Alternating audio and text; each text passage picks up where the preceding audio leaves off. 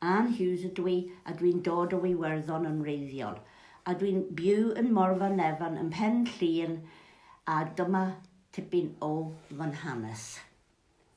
Fy enw I yw Ein Hughes, ac rwyf yn reiddiol yn dod o dref Monaghan sydd yn ne Iwerddon. Fe syma dais I ddilyn pan oedd yn 18 oed a threiliais rhan fwyaf o fy myd gwaith yn y ddinas.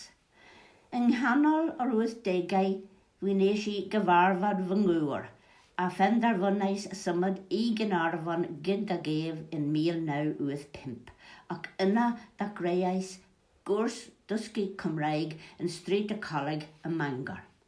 Roedd fy ngŵr Wyn yn y ddewis I mi ddysgu Cymraeg, gan dwedodd nad oedd eisiau i'r iaith faro yr ein tu ni. Roedd yn cynnydd yn araf I ddechrau, ac nid oedd yn hawdd ffeindio'r amser pan ddoth y plant, gyda Hugh ac Eluned Meyer. Yr hyn fe ddaliais ati I drio. Fe penderfynam symud I Morfa Nefyn yn 1992 pan oedd Eluned yn 6 mis oed. Ym mis Medi 1992 cefais wahaddiad I ymuno a changen Merched y Wawr ym Morfa Nefyn. Fe perswadiodd fy ngŵr I mi ymuno gan a dwedodd na faswn I yn dyfaru, ac yn wir, roedd o yn deud y gwir. Gan fod rhan fwyaf o bobl y pentref yn siarad Cymraeg, cefais amryw o cyfleoedd I ymarfer fy Nghymraeg yn y cymuned. Roedd y plant yn mynychu Ysgol Feithrin, Ysgol Morfa Nefyn ac Ysgol Sul Capon Moreia. Felly roedd gandyn lawer o ffrindiau a oedd yn siarad Cymraeg.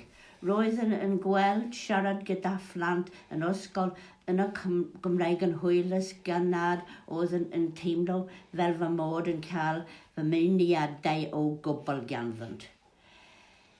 Mae fy mhlant hyd heddiw yn ogystal â fy wrys Awel Wyn yn siarad Cymraeg gyda mi.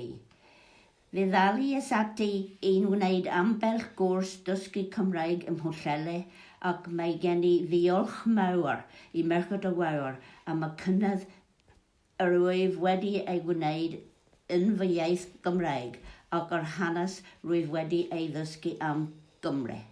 Fe berswadiodd aelodau o fy nghangen I mi gymryd swydd sgrifennyddus ac tresorydd y cangen am rhai blynyddoedd.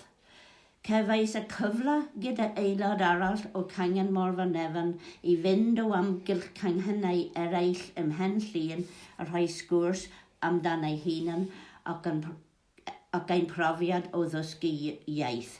Roedd hyn yn rhywbeth oedd yn pryderus o wneud, gan nad wyf yn hoff iawn o siarad yn gyhoeddus, ond yn y diwedd roedd yn rhywbeth a gwnes I fwynhau yn arw. Yn ystod fy rôl fel ysgrifennyddus a thresorydd, roedd yn ofynnol I mi fynd I ambell gyfarfod Merched y Wawr rhanbarth Dwyfor.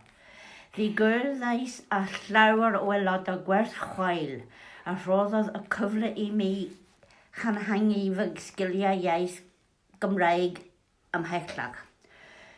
Rwyf yn gobeithio a byddaf yn aelod o Merched y Wawr am lawer o flynyddoedd I ddod, ac nid wyf yn gallu esbonio beth mae Merched y Wawr yn golygu I mi.